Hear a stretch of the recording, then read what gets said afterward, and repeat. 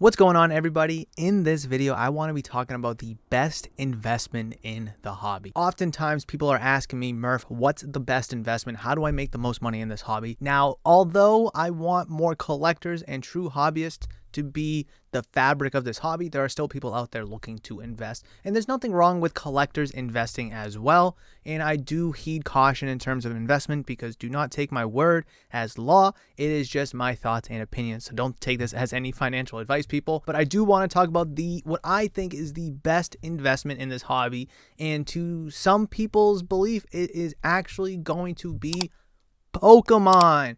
I do believe Pokemon, specifically sealed boosters, are the best way to invest in this hobby. Not just Pokemon cards, but the hobby in general. I do believe sports cards, Pokemon cards, it doesn't matter. Pokemon booster boxes are the best way to invest in this hobby, but you need to be patient. It's not going to happen overnight, just like with any investment for that matter. But I have some evidence here that I want to share with you guys to back up my belief. I'm going to pull up the first one right here for you guys, and that is Evolving Skies booster boxes.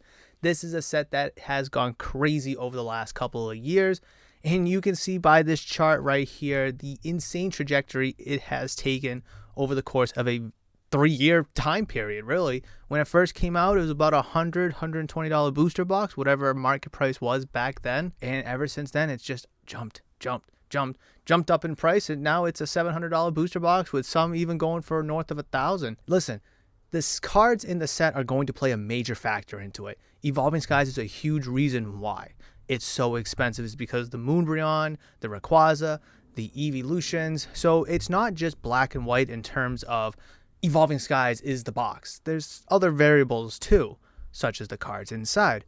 However, the cards inside is helping the value of this booster box go through the roof. And of course, it's had some dips along the way. We have to accept and acknowledge those. That's why you need patience in terms of investing, because if you see a dip a little bit, people are going to panic and call it a crash when that is not the case whatsoever. Investments take some time. I've talked about investments here on the channel a couple of times. I've talked about it with Ricky on Hobby Talk. It takes time. There's going to be spikes. There's going to be dips. But if you can wait and ride the wave should traditionally go up in terms of investment, just like Evolving Skies has in 3 years. Let's look at another fan favorite, Pokemon 151, the UPC. Now, of course, here in America, there's no booster boxes for 151. The UPC, the Ultra Premium Collection, is the best form of the product, the best configuration for the product here in the States, at least. And I have screenshotted right here $81.99. That is the lowest that this box has sold for when it was a $120 box MSRP. It was $120 MSRP, but the lowest it was $81.99. People were calling it mass-produced, overprinted. What a waste. It's tanking the hobby. It's oversaturated. Blah, blah, blah. It's going to crash. Blah, blah, blah, blah, blah. Now, listen. Short term, sure, that was true. From, what did it release in October? September, I believe it released, to February. Yeah, that was true. A $40 drop, that's big time. That $82 sale right there, that's less than wholesale. People were losing money.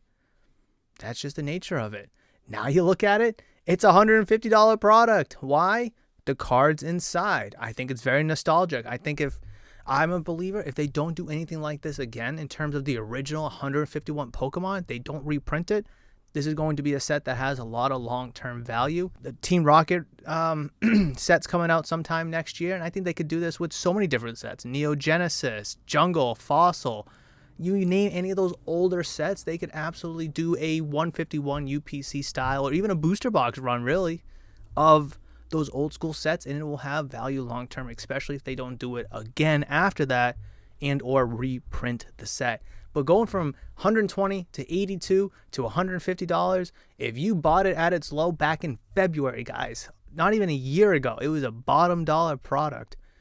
You could have made so much good money, almost double your money if you bought the box back when it was $82. And the price of it has since gone up, and it doesn't look like there's going to be any reprints anytime soon, which means the product should only go up, up, up, and up moving forward. Now, I wanted to kind of direct your attention to a big box, a $600, $700 booster box, Primal Clash from the XY era.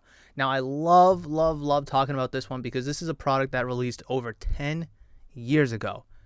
Hobby was completely different 10 years ago, almost 11 years ago, actually, this product released. And December 2021, I really want to highlight December 2021. The hobby was booming. The market was going crazy. Prices were through the roof. And this was a $375 box.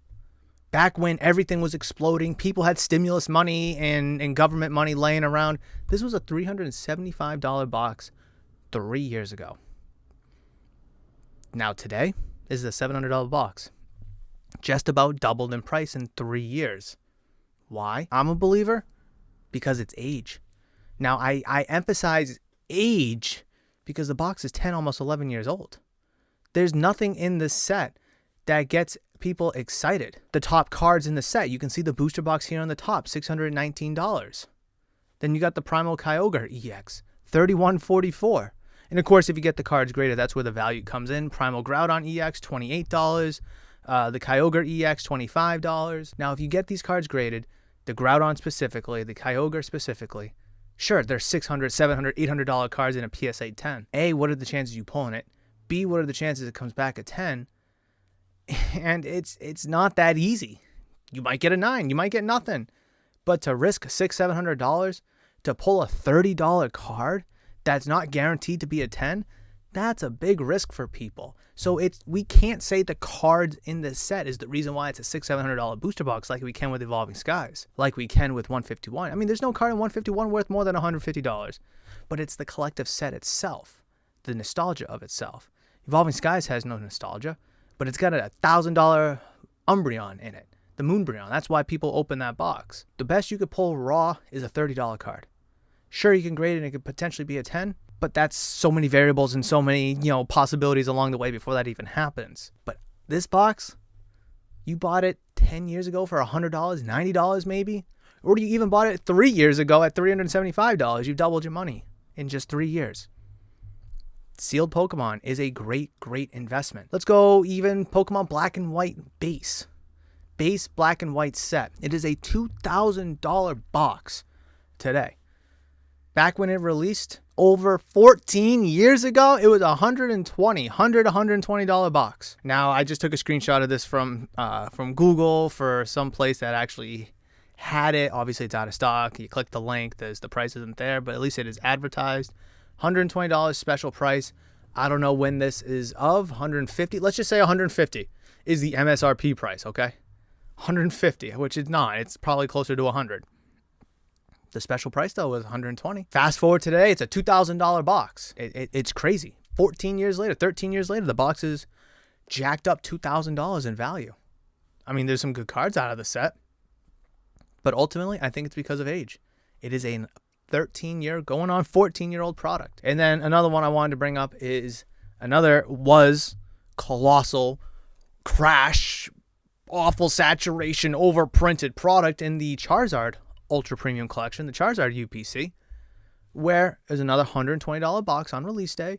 And I was able to find the bottom dollar here on price charting for $89.25, January 2023. Fast forward almost 2 years, and now it's $130.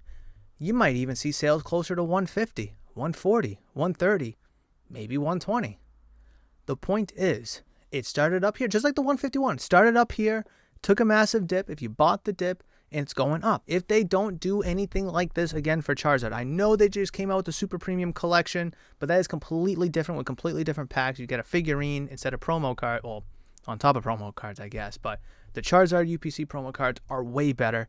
The packs in this are way better because you get Evolving Skies among other packs as well. And I think that is what's helping driving the value.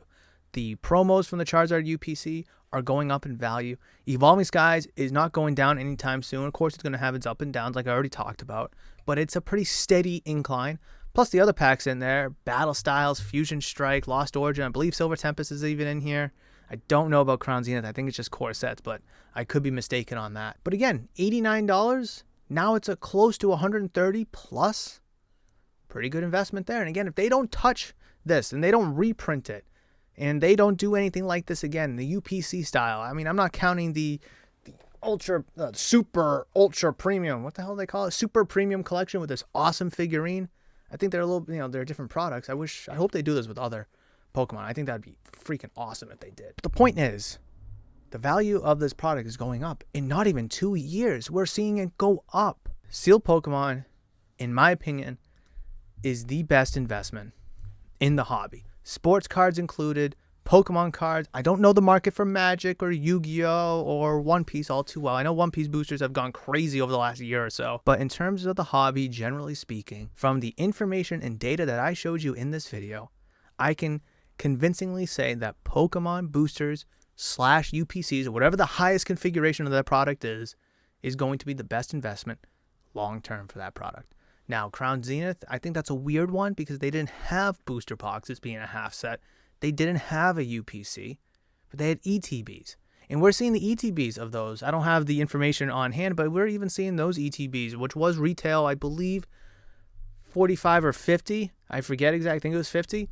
We're seeing those going for 55, 60, 65. Again, we're 2 years post that release date, still ticking up. And we just had a reprint of it, in the booster bundle configuration, but that is a lower product than ETB. So we'll kind of have to wait and see with that. But Champion's Path way back when, Shining Fates, I think Paldean Fates is going to do pretty good. We'll see what Shrouded Fable does. We'll see how these half sets kind of figure it out over time. But man, booster boxes are primo. My humble opinion, we're seeing it with 151 and Charizard UPC, so we can throw the UPCs in the mix. But booster boxes, in my opinion, are... Hopefully you guys enjoyed this video. You were able to take a thing or two away from it. But I want to hear your opinion, guys, down below. Am I wrong? Am I right? Do you have evidence that contradicts my theories and my evidence that I presented to you? Do you have anything you have to say? Maybe agreeing with me. Maybe, Murph, you're right. I would love to hear about it. I'd love to read and reply to any and all comments. And guys, please hit the subscribe button. I would greatly appreciate it. We're on our way to 1,100 subscribers, I believe. So very, very excited. It's free to you, but it means so much to me, guys. Thank you so much for watching this video. If you enjoyed this video, I've queued up an excellent one right here. Press all the buttons you know and love, and I will see you in that video. Peace out, guys.